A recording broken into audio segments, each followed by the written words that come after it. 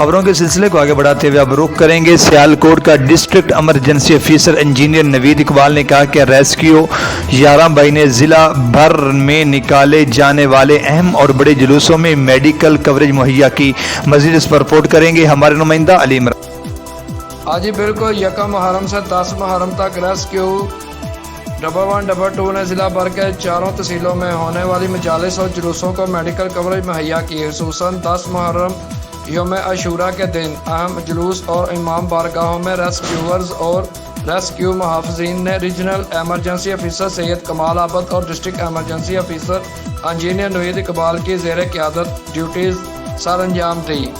یوم عاشورہ پر ریسکیو 1122 نے اپنی تمام وسائل کو ہائی الرٹ رکھا۔ 16 ایمبولینس، 4 فائر وہیکلز، 155 ریسکیورز کے علاوہ 116 ریسکیو محافظین نے ڈیوٹی سر انجام دی۔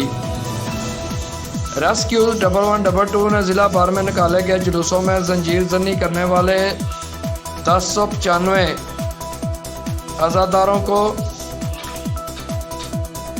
موقع پر ابتدائی امداد مہیا کی۔